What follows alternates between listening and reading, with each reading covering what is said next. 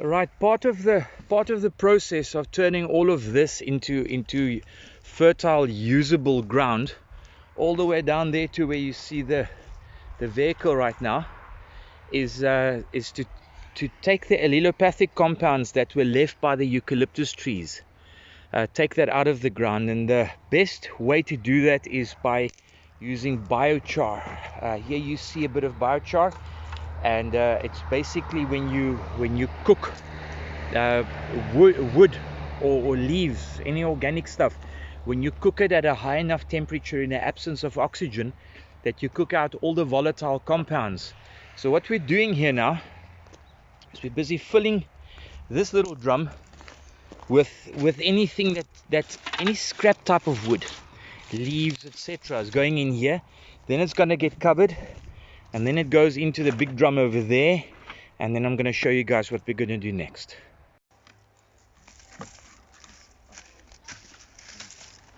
Okay. Okay.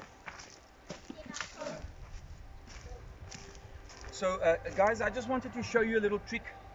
If you've got a lot of twigs, we're making some biochar back there, and I just wanted to show you an easy way of breaking them. You find a wedge in any tree, you take the thing you want to break, you never start at the thin end. Alright, if you start at the thin end, you're going to end up with a piece that's too thick for you to break, and you would have expended all your energy by that time in any case. So you always start with the thick end first, you jam it in there, and you just basically do this, and then it's just rinse and repeat. Now this is a fairly thin one, and it's a fairly a dry piece of stick as well. Obviously the greener it is and the fresher it is, the more difficult it's going to be to break. So if you take these ones for example, these are fairly small, but I have broken ones up there previously that were probably 3 times the length of this and about double the thickness. Jam it in there, and you just take this thing and you break it. You're using leverage. One of the philosophers said if he gave him a lever that's long enough and a place to rest it on, he could move the planet out of its orbit. And it's literally true, because there's no way that you're going to break this thing by hand, except if you use something like leverage. You could of course go in and saw this thing and chop it with an axe, but that's my opinion, that's an unnecessary expenditure of energy. So very simple, always start at the thick end, get a wedge. You want something strong like a tree. Most man-made wedges are probably not going to work very well. If you're using your father's front porch to do this, he's going to be pissed as hell, because you're going to break it. So get something that's nice and strong, like an old tree, like this one that was cut a while back, and you can go and you can break your wood into manageable pieces. This is now very thin already. And now this is easy to deal with. So this can now go straight into the biochar. Right, so this is what we're going to do the biochar in. It's just a drum that we cut some holes at the bottom for oxygen, and then I filled the whole thing up to about here with eucalyptus twigs and leaves. I put the small drum on top. The wood that I broke that you just saw now a couple of minutes ago, I shoved that in here. This is fairly full. I'm going to see if I can get a couple more in here. I did initially try to just stuff the whole thing full of the eucalyptus leaves, but that didn't work very well because the heat didn't reach properly to the center. So the center was still brown, and it all needs to be completely black. So what we're doing here now is, Ian, if you can give me that small one. We're just shoving this down here at the sides till it reaches the bottom. You break it off and you keep going until we've got everything in there. Son, this one is going to be too big. I'm going to have to break this one later on. Thanks for the help. And then what I do with this, it then gets that lid on it, and you seal the lid as much as you can. I put some more wood on top as well, and then this goes, so the lid, let me just rephrase that, the lid goes onto the small drum, and then this lid with a hole in there goes on top of the big one, and then that chimney there next to Derek goes on top of this lid, so that it becomes a chimney that sucks out where the smoke can escape. So you want some good air coming in at the bottom here, feeding through here, making this very, very hot, and that you get some good airflow going up and up. and then all the heat radiates in there and it burns off all the volatile compounds in here. Ideally you would want a smaller drum in here, I'm guessing, because you want to keep as much space here around it, like that, about probably right around thank you boy. Want to keep as much space there as you can for additional fuel, because you do need fuel around this thing to reach the required temperatures. Okay, so I closed the lid here. What I did just before closing the lid is I took some more branches that were a bit too long but nice and thick, like that one there, shoved them in there as far as I could, and then I ended up just basically hammering in the rest of the way with a brick, in order to get space that's equidistant all the way around.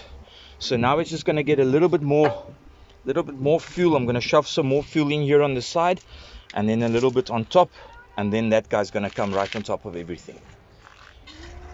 Okay, so we now filled this thing up with wood and small branches all the way around the inner drum. The inner drum has the stuff that we're going to turn into biochar later on. So we're now going to put that lid on top, that one down there, you see with a hole. I'm going to put that on top, and then I'm going to put the chimney on and we're going to light it. Okay, so here you can see the top part of the burner. We now put the lid on, so now it's time for the chimney. Okay, and Derek volunteered to bring us the chimney. There you go. Boom, there's the chimney. Derek, will you light for us? Gladly, good sir.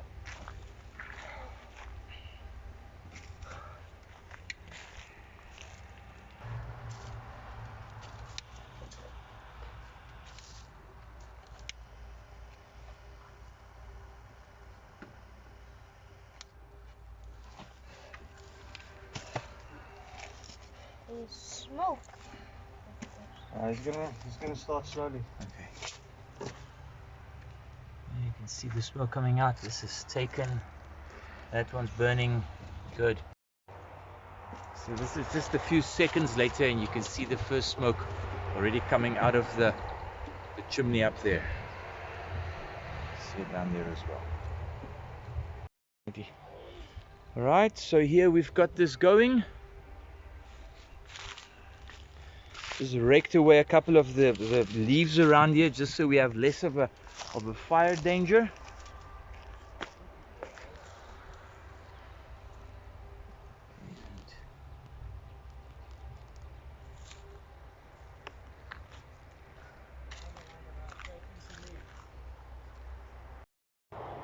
Right, we're going to leave this now for a good couple of hours.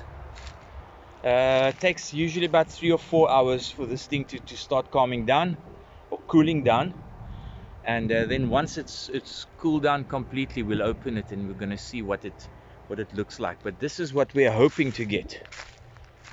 This is biochar from some previous burns that we've made. Okay guys, this has now been burning for about half an hour.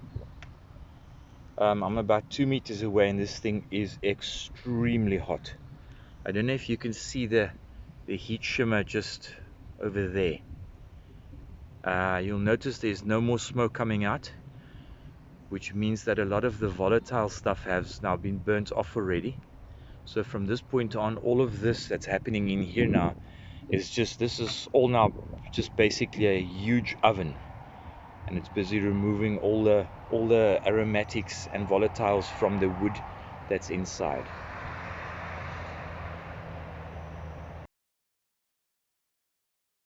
I was a cameraman. Yeah. So this is a couple of hours later. This is the next morning.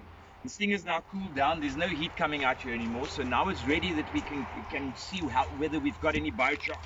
So let's get this thing off here first. Oh. Let me get the lid off. Wait. Get the lid off. And as you can see, everything that was on here is now basically turned to ash. So let's get this lid off and see whether we have any biochar in there. Boom! And there we've got biochar. Let's take it outside.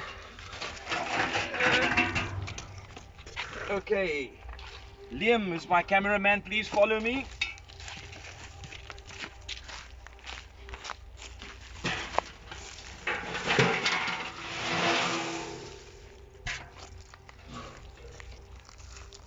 Great stuff. In, go away. Keep Go. going there.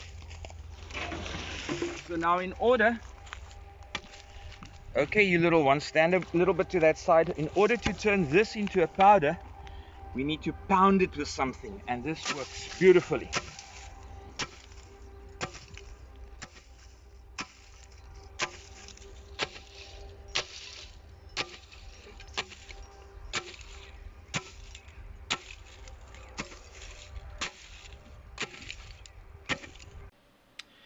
Thanks for watching, and if you enjoyed this, remember to like and subscribe.